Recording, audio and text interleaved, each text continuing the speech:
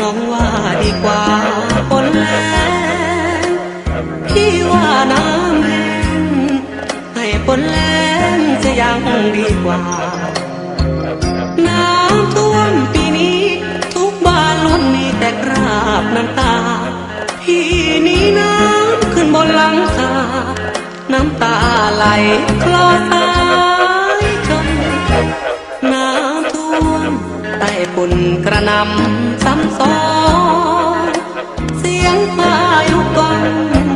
เหมือนเสียงของมัจจุราชชนน้ำท่วมที่ไหนก็ต้องเสียใจด้วยกันทุกคนเพราะต้องพบกับความยากจนเหมือนคนหมดเนื้อสิ้นตัวบ้านพี่ก็ถูกน้ำท่วมเหมื